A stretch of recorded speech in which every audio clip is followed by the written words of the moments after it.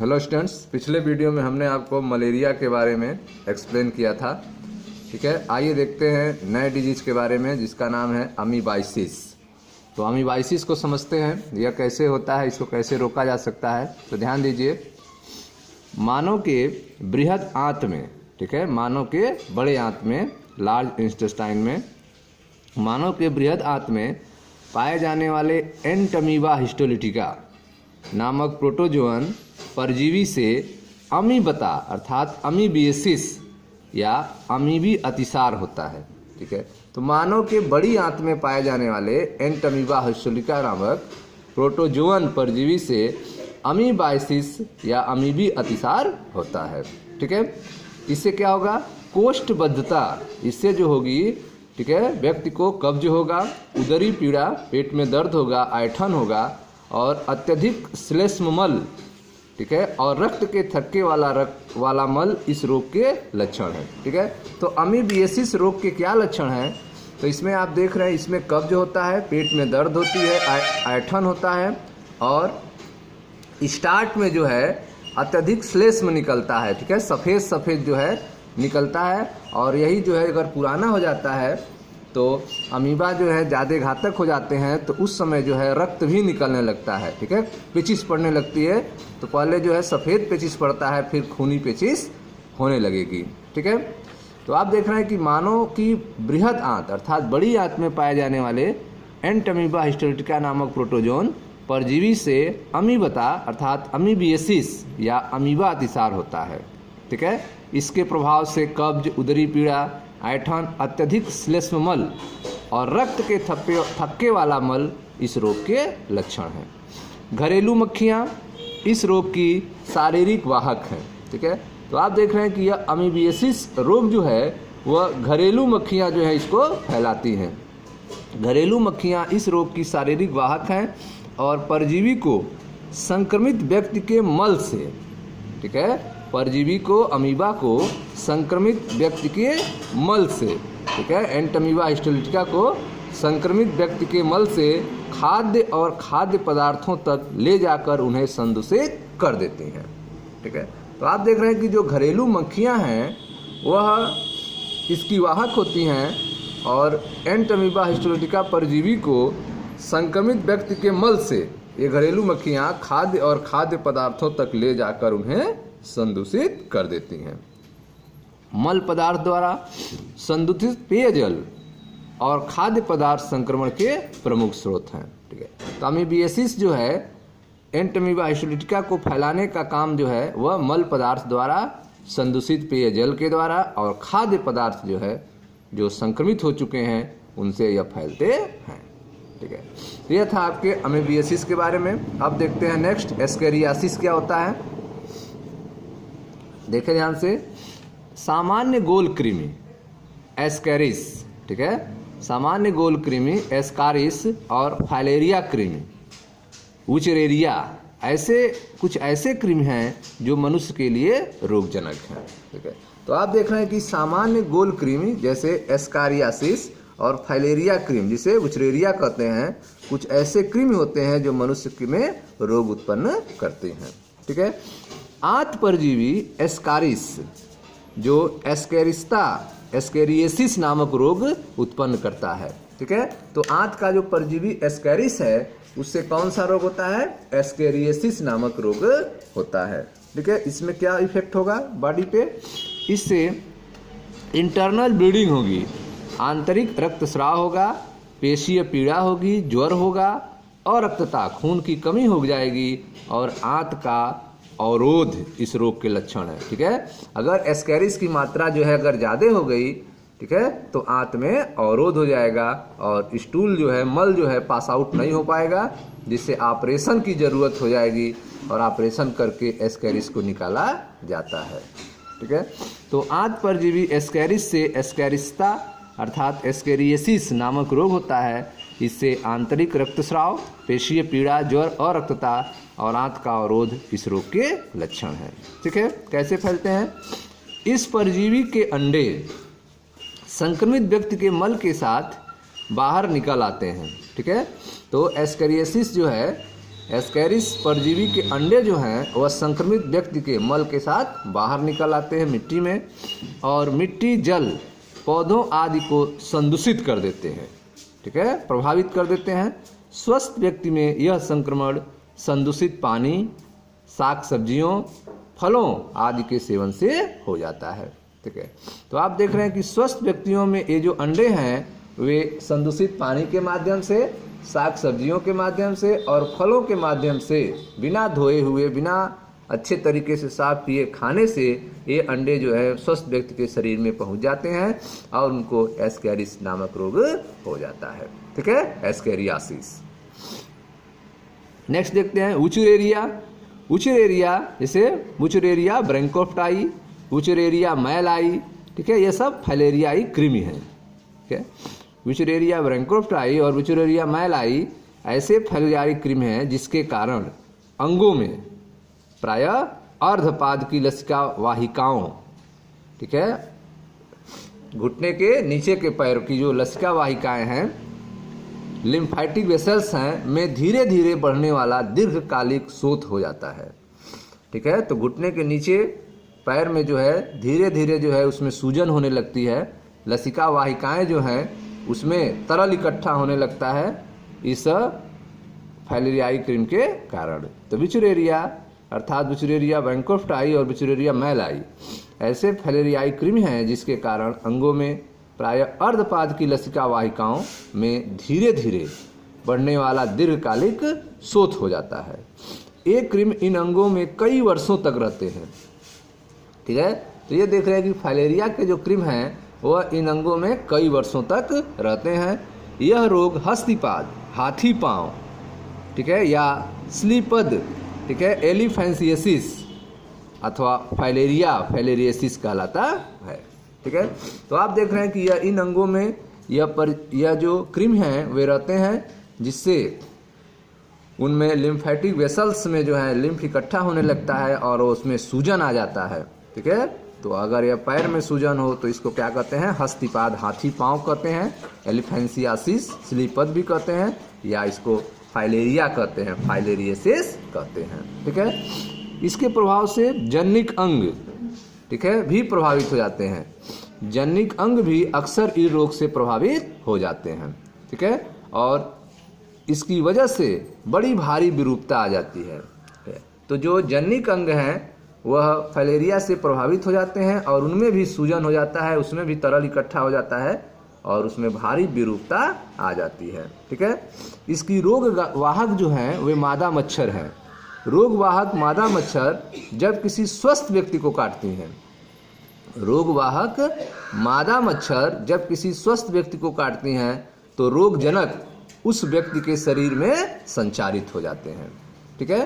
तो आप देख रहे हैं कि रोग वाहक मादा मच्छर जब किसी स्वस्थ व्यक्ति को काटती हैं तो रोगजनक उस व्यक्ति के भीतर से में संचरित हो जाते हैं, ठीक है। देखिए फिगर बना हुआ है फाइलेरिया का, तो इसमें आप देख रहे हैं कि निम्न पाद में चीरकालिक शोथ दर्शाता हुआ चित्र, जिसमें देख रहे हैं व्यक्ति में फाइलेरिया हुआ है जिसके पैर में एकदम सूजन हो गया है, लिम्फेटिक वेसल्स में तरल इकट्ठा हो गए हैं, पैर सूज गया है, जिसको हाथी पांव कहते हैं, पैर मोटा हो जाता है, ठीक है। जनन अंग भी आप देख रहे हैं फूल गया है, सूज गया है, इससे जनन अंग भी काफ़ी प्रभावित हो जाते हैं और जनन अंग में विरूपता आ जाती है, ठीक है। तो ये आपका फाइलेरिया रोग हो गया।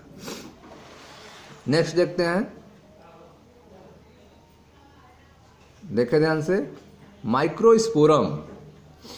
माइक्रोस्पोरम ट्राइकोफाइटान और एपिडर्मोफाइटान आदि वंश के अनेक कवक दाद के लिए उत्तरदायी होते हैं, ठीक है।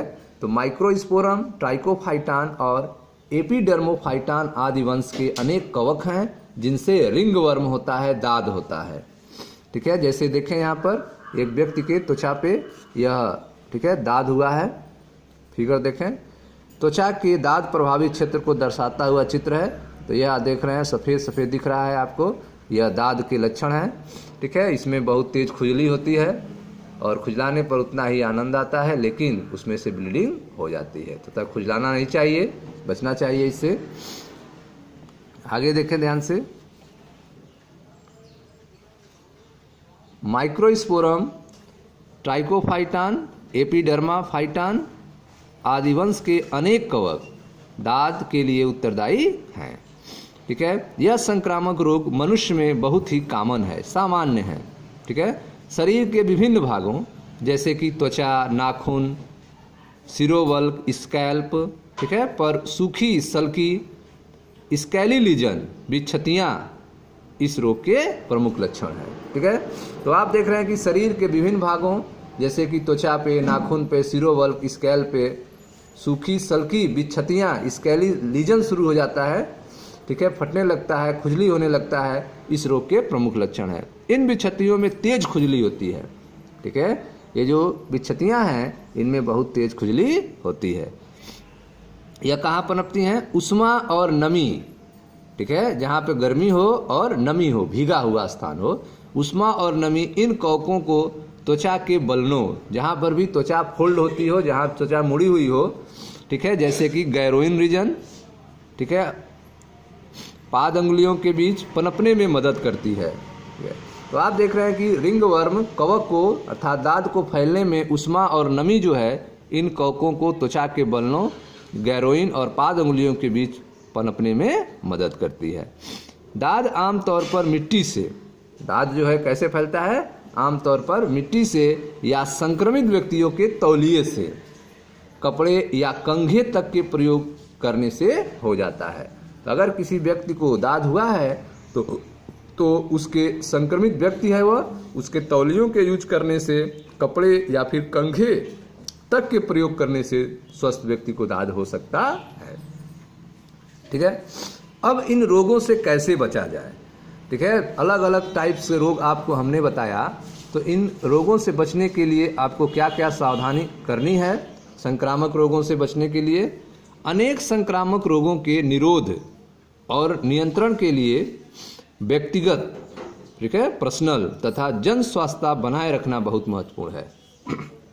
ठीक है, तो अनेक संक्रामक रोगों के निरोध और नियंत्रण के लिए व्यक्तिगत तथा जन स्वास्थ्य बनाए रखना बहुत महत्वपूर्ण है। व्यक्तिगत स्वास्थ्य में क्या करना है? व्यक्तिगत स्वास्थ्य से शरीर में को साफ रखना है। ठीक है, शरीर को साफ रखना है, पीने के लिए साफ पानी का यूज करना है, खाना, साग सब्जियों, फल आदि का सेवन शामिल है। ठीक है, तो आपको साग सब्जी, फल आदि का सेवन करना है, स्वच्छ साफ पानी पीना है, स्वच्छ खाना खाना है। ठीक है, व्यक्तिगत स्वच्छता और शरीर की सफाई पर ध्यान देना है। जन स्वास्थ्य में क्या करना है आपको? जन स्वास्थ्य में अपशिष्ट पदार्थ, ठीक है, और मल मूत्र उत्सर्ग अर्थात एक्सक्रीटा को समुचित निपटान। ठीक है, तो जन स्वास्थ्य में जो अपशिष्ट निकल रहे हैं, गंदे पदार्थ निकल रहे हैं, मल मूत्र निकल रहे हैं, उनका समुचित निपटान होना चाहिए। जलाशयों, कुंडों, ठीक है, पुल अर्थात मल कुंडों, सेसपुल्स और तालाबों की समय समय पर सफाई और बीज संक्रमण, ठीक है, समय समय पर उनकी सफाई होनी चाहिए और उनमें दवाई डाली जानी चाहिए। और जन खान पान प्रबंध में स्वच्छता के मानक का पालन करना है। ठीक है, तो जहाँ पर भी जन खान पान प्रबंध है, जहाँ पे लोग जाते हैं, खाते हैं कई लोग, तो वहाँ पर भी जी स्वच्छता के मानक का पालन करना है। ठीक है, ये उपाय विशेष रूप से वहाँ अनिवार्य है जहाँ संक्रामक रोग खाद्य पदार्थ और पानी के द्वारा संचालित होते हैं। ठीक है, तो ये जो उपाय आपको बताए गए हैं, ये उपाय वहाँ पर यूज करना है जहाँ पर संक्रामक रोग जो है खाद्य पदार्थ और पानी के द्वारा फैलता है। ठीक है, जैसे कि टाइफाइड, अमीबता, एस्केरिसता। ठीक है, नेक्स्ट देखें, निमोनिया और सामान्य जुकाम जैसे वायुवाहित एयरबॉर्न रोगों के मामले में ऊपर बताए गए उपायों के अलावा, ठीक है, तो जो भी ऊपर आपको बचने के तरीके बताए गए हैं उसके अलावा आप निमोनिया और सामान्य जुकाम से कैसे बचेंगे, ध्यान दें। निमोनिया और सामान्य जुकाम जैसे वायुवाहित एयरबॉर्न रोगों के मामले में ऊपर बताए गए उपायों के अलावा संक्रमित व्यक्तियों के या उनके सामान के निकट संपर्क में आने से बचना चाहिए। तो जिनको निमोनिया या कॉमन कोल्ड हुआ है, सामान्य जुकाम हुआ है, ठीक है, उनसे बचना चाहिए। या उनके द्वारा जो सामान यूज किए जा रहे हैं उनसे बचना चाहिए। कीट रोगवाहकों के द्वारा संचारित होने वाले मलेरिया और फाइलेरिया जैसे रोगों के लिए सबसे महत्वपूर्ण उपाय रोगवाहकों और उनके प्रजनन की जगहों का नियंत्रण या उन्हें खत्म कर देना है। ठीक है, तो आप देख रहे हैं कि जो कीट रोगवाहक द्वारा संचरित हो रहे हैं, ठीक है, कीटों के द्वारा जो संचरित हो रहे हैं जैसे मलेरिया और फाइलेरिया जो मच्छरों के द्वारा फैल रहे हैं, तो इसका महत्वपूर्ण उपाय यह है कि रोगवाहकों को ही समाप्त कर दिया जाए, उनके प्रजनन ब्रीडिंग की जगह जहाँ पर वो अपने बच्चे पैदा करते हैं उसको ही नष्ट कर दिया जाए। तो इसके द्वारा उनको कंट्रोल किया जा सकता है। यह लक्ष्य आवासीय क्षेत्रों में और उसके आसपास पानी को जमा नहीं होने देने, ठीक है, जहाँ पे आवासीय क्षेत्र है या फिर उसके आसपास पानी को इकट्ठा नहीं होने देना है क्योंकि मच्छर उसी में पनपते हैं। ठीक है, घरेलू शीतल यंत्रों अर्थात कूलर की नियमित सफाई करनी है। मच्छरदानी का प्रयोग करके मच्छर के डिंबकों लार्वा को खाने वाली गम्बूजिया जैसी मछली डालने, ठीक है, तालाबों में गम्बूजिया जैसी मछली डालिए ताकि मच्छर के लार्वा को खा जाए, जिससे मच्छर पर कंट्रोल होगा। खाइयों, जल निकास क्षेत्रों और दलदलों अर्थात अनूपों, स्वेप्स आदि के कीटनाशकों का छिड़काव किया जा सकता है। ठीक है, तो आप देख रहे हैं कि इसमें जहाँ पे जल निकास क्षेत्र है, दलदल है, ठीक है, स्वम्स है, इन जगहों पर कीटनाशक के छिड़काव से इनको कंट्रोल किया जा सकता है। इसके अलावा दरवाजों और खिड़कियों में जाली लगानी चाहिए, दरवाजों और खिड़कियों में जाली लगानी चाहिए ताकि मच्छर अंदर न घुस सके। ठीक है, यह उपाय हैं जिनसे कीट पर नियंत्रण किया जा सकता है। आगे देखें,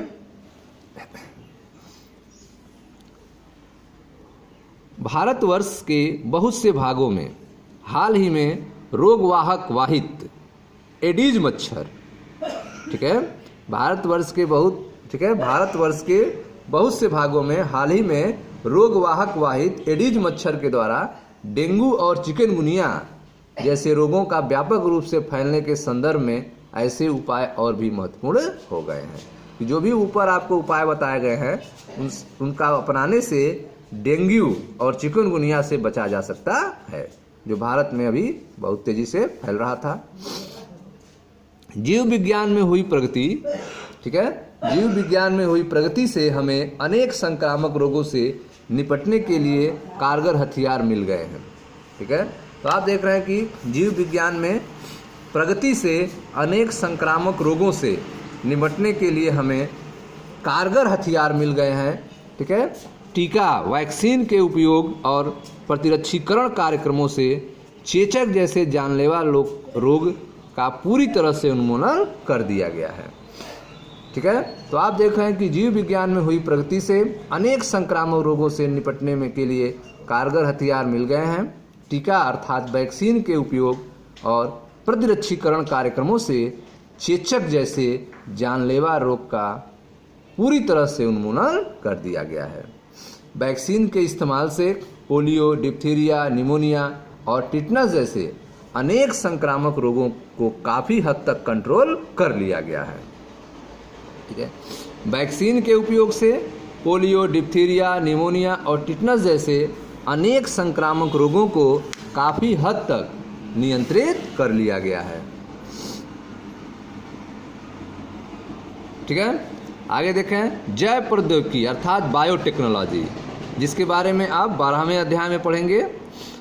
जैव प्रौद्योगिकी बायोटेक्नोलॉजी नए और अधिक सुरक्षित वैक्सीन बनाने में कगार पर है। ठीक है, तो जैव प्रौद्योगिकी नए और अधिक सुरक्षित वैक्सीन बनाने के कगार पर है। प्रतिजैविकों अर्थात एंटीबायोटिक्स और अन्य दूसरी औषधियों की खोज ने भी संक्रामक रोगों के प्रभावी ढंग से उपचार करने में हमें सक्षम बनाया है। ठीक है, तो आप देख रहे हैं कि बायोटेक्नोलॉजी के हेल्प से, जैव प्रौद्योगिकी की हेल्प से नए और अधिक सुरक्षित वैक्सीन बनाने के कगार पे हैं। एंटीबायोटिक्स की खोज से, प्रतिजैविकों के खोज से और दूसरी औषधियों के खोज ने भी संक्रामक रोगों के प्रभावी ढंग से उपचार करने में हमें सक्षम बनाया है। ठीक है स्टूडेंट्स, तो यह था आपके रोगों के बारे में और रोगों से बचने के तरीकों के बारे में। ठीक है स्टूडेंट्स, तो यह आपकी 8वें चैप्टर की पहली हेडिंग थी। अब मिलते हैं नेक्स्ट वीडियो में, जिसमें 8वें चैप्टर की दूसरी हेडिंग स्टार्ट करेंगे। Thank you.